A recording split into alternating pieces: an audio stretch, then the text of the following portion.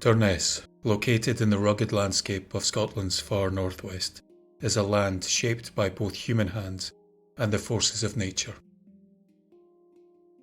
Known for its stunning cliffs, windswept moors, and the haunting beauty of its coastline, the area has long been a place where myths and legends take root. The isolation and eerie stillness of the landscape add to the sense that Durness holds secrets from the past, some of them dark and mysterious. Human habitation in the Durness area stretches back thousands of years, with evidence of Pictish settlements scattered across the region. The Picts were a group of tribal people who lived in what's now Scotland, and they're often portrayed as mysterious and shadowy figures in history, largely because much of their culture remains shrouded in mystery. They left behind stone carvings, ruins, and the faintest echoes of their existence in this rugged land, contributing to the area's sense of ancient, unseen forces at work. Not far from Durness lies Smoo Cave, a vast and eerie sea and freshwater cavern, with a history stretching back 5,000 years. For centuries, its dark, echoing chambers have stirred the imaginations of those who ventured inside, inspiring legends and ghost stories.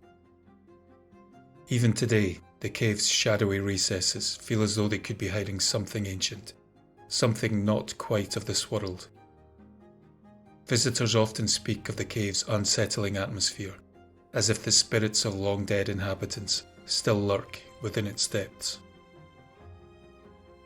Over time, Smoo Cave has become a focal point for local folklore, with tales of ghostly figures appearing at its entrance, suggesting that the veil between the living and the dead may be unusually thin here. The cave itself is a natural wonder, with its dramatic entrance formed by the collapse of its ancient roof. Inside, the mix of fresh and seawater pools creates a mystical scene, enhanced by the thundering waterfall that plunges into the cavern. The strange acoustics and looming shadows make it easy to see why Smoo Cave has become associated with so many supernatural stories. Its underground chambers seem designed to hold secrets, and perhaps even lost souls. One of the most enduring legends tied to the cave is that of Donald Mackay, better known as the Wizard of Wray. A notorious figure from the late 16th century, Mackay was rumoured to have dabbled in the dark arts, a path that eventually led him to a dangerous encounter with the devil himself. The story goes that Mackay was lured into studying at the infamous Black School of Padua, where the devil personally instructed students in forbidden knowledge, but there was a catch. The last student to leave the class would be claimed by the devil as his own. Mackay, ever the cunning one, found a way to outwit the devil. As he prepared to leave, he uttered the words, "Deal tak the hindmost," a spell that left his shadow behind to face the devil's wrath. While Mackay escaped, the devil was enraged and vowed to pursue him. The chase eventually led Mackay to the foreboding Smoo Cave, where, according to legend, the devil's presence was so strong that even Mackay's dog sensed the danger and cowered in fear. As the devil closed in, Mackay took refuge in the cave, knowing that the darkness gave his pursuer strength.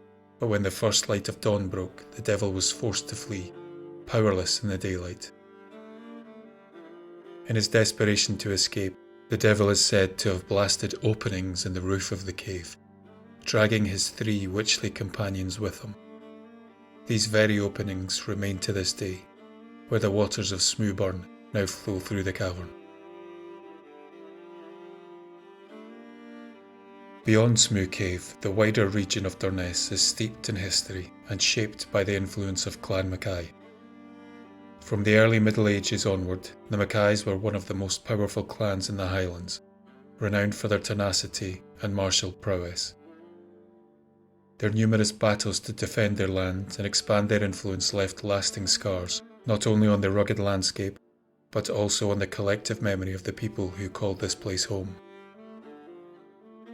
One particularly fierce battle occurred in 1438 at Blartany, where Clan Mackay clashed with Clan Gun in a bloody feud. The fighting resulted in many deaths, with bodies reportedly left to rot in the fields. Local lore holds that the restless spirits of those who perished still wander the area, forever tied to the bloodshed that claimed their lives. Durness, with its ancient ties to Clan Mackay, would have been deeply affected by these conflicts, and the tragic consequences of such battles may well contribute to the area's ghostly reputation. Fast forward to the 18th and 19th centuries, and Durness was again the site of sorrow and displacement during the Highland clearances. The clearances were a period when tenant farmers were forcibly removed from their land to make way for large-scale sheep farming. The Caoineag clearances, located near Durness, were among the most infamous, with local crofters being evicted from their homes. In 1841, the people of Durness took a stand, resisting their forced eviction. But despite their efforts, the military ultimately crushed the rebellion. The clearances left a deep scar on the community. The ruined remains of Caoineag are a stark reminder of this tragic period. Some say the ghosts of displaced families still haunt the area, wandering through the ruins of their former homes, lamenting the lives they were forced to leave behind.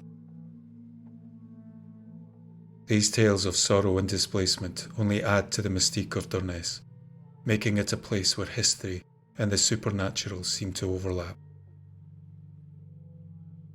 One of the eeriest landmarks near Durness is the Judgment Stone. This grim monument has been the site of dark deeds over the centuries, where criminals and those deemed unworthy by local chieftains were reportedly thrown to their deaths. Legend has it that the spirits of those who met their end here still linger, seeking justice or revenge. The presence of the Judgment Stone, with its long history of death and punishment, has created a chilling atmosphere in the region. Ghostly sightings and unexplained phenomena in and around the stone have been reported for generations, further solidifying Durness's reputation as a haunted place. In more recent history, Durness and its surrounding area played an important role during World War II. Loch Eriboll, not far from the village, served as an anchorage for the Royal Navy, and in 1945 it became the site where over 30 German U-boats surrendered. The presence of so much military activity may have left a lasting mark on the region, and some say that the ghosts of fallen soldiers, sailors, and even the spirits of German POWs still roam the area. The abandoned military sites around Loch Eriboll are often seen as eerie places, with reports of strange noises, shadowy figures, and the feeling of being watched. Amidst this backdrop of bloodshed, displacement and war, we come to Durness Manse, a place that's long been associated with ghostly occurrences. Likely built during the 19th century, the manse has been home to various ministers and their families, but it seems that not all of its inhabitants have been entirely of this world. For years, stories have circulated of strange footsteps echoing through the empty hallways, doors opening and closing by themselves, and cold spots throughout the house. Some believe that the spirits of those who suffered during the Highland clearances, or even those executed at the Judgment Stone, may have found their way to the manse, seeking peace or retribution. Others speculate that the energy of Durness's violent past has imprinted itself on the building, causing these unexplained phenomena. The connection between the manse and the surrounding area's turbulent history makes it a prime candidate for hauntings. With so much tragedy, bloodshed, and sorrow tied to Durness, it's easy to imagine why restless spirits might be drawn to a place like the manse.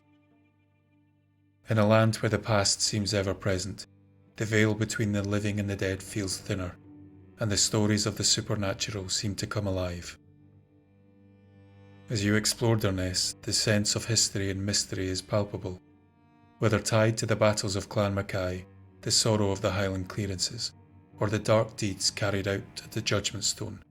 The spirits of Durness seem determined to make themselves known. The haunting beauty of the landscape, combined with the tragic events that have unfolded here, create an atmosphere ripe for tales of the supernatural. And among these tales is one that stands out, a story both chilling and tragic. Over the years, whispers of strange happenings have echoed through the village. Some say it's the land itself that holds on to the past, refusing to let go of the spirits bound to it. Others believe the manse has borne witness to something far darker, something tied to the sorrow and violence etched into Durness's history. Whatever the cause, the tale of the manse has persisted, passed down through generations. A story that begins on a night not unlike any other, with the wind howling across the desolate moors and waves crashing onto the distant cliffs. Inside, the minister settled into his favourite chair by the fire, unaware that the quiet night was about to take a sinister turn.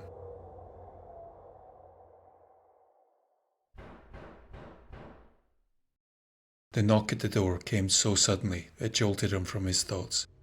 He frowned. It was late, far too late for visitors, especially in such a remote area. The nearest house was miles away. Who could be out at this hour?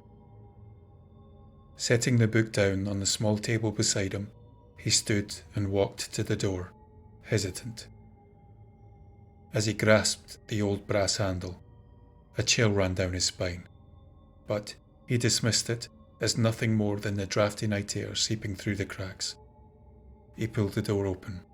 Nothing. He stepped outside, peering into the darkness, but there was no sign of anyone. No retreating footsteps, no movement. Just the cold, biting wind and the distant crash of the sea. The minister's frown deepened as he stepped out farther, his eyes scanning the small path leading to the manse. Silence. Not a single sound, apart from the moaning wind. Perplexed, he stepped back inside, closing the door with a firm thud. Perhaps it was just the wind, he muttered under his breath, returning to his chair. But no sooner had he sat down than the knock came again. Louder this time, more insistent. The minister's heart quickened. Again he opened the door, and nothing. The same eerie silence greeted him. He shook his head and returned inside, but the unease settled deeper in his bones. Over the next few days the knocking persisted. Each time there was no one there, and no sound of approaching footsteps.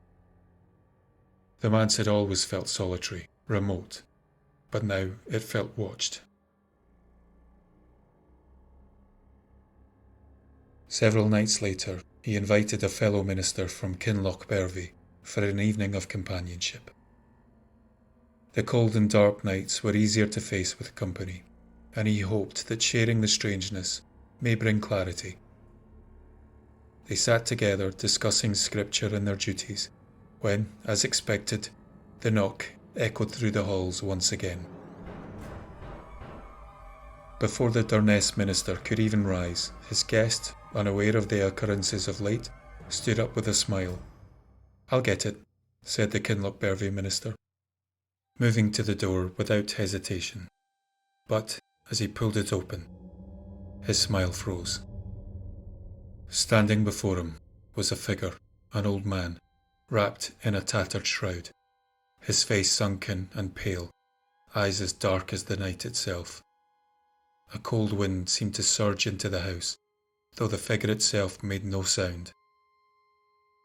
The minister from Kinloch gasped and staggered back, his face drained of colour. Without a word he fled the house, his boots pounding against the stone path as he raced. The Durness minister, now standing frozen in the doorway, watched his friend flee. "What did you see?" he called after him, but there was no answer, only the fading sound of hurried footsteps. Word soon came back that the minister who'd opened the door that night had fallen ill upon returning to Kinlochbervie. Though he'd been in rude health all his life, something had changed. Within a month, he was dead, his wife following soon after. The locals whispered among themselves that it was no ordinary illness. It was a curse, a warning. The haunting of the Old Manse was no ordinary ghost story. Some speculate that what appeared at the door was none other than the Caoineag, the Scottish equivalent of the Banshee. The Caoineag is said to wail or appear before deaths, her presence a harbinger of doom. Unlike the Banshee, whose cries could be heard, the Caoineag's visits were often silent, her appearance alone signalling an impending death. Had the Kinlochbervie minister seen the Caoineag? Had her presence at the manse been a warning of the death to come? The minister of Durness could never be sure, but he knew one thing for certain. The manse was no longer a place of peace. It had become a place where the veil between the living and dead was far too thin. For years after, the events at the Old Manse would be spoken of in hushed tones by the locals. Few dared to approach it, especially after dark. And even now, stories persist of a figure knocking on doors in the dead of night, an ominous presence that vanishes without a trace, leaving only a cold chill and the shadow of death in its wake. Some say the Caoineag still lingers near Durness, watching, waiting for the next soul to claim.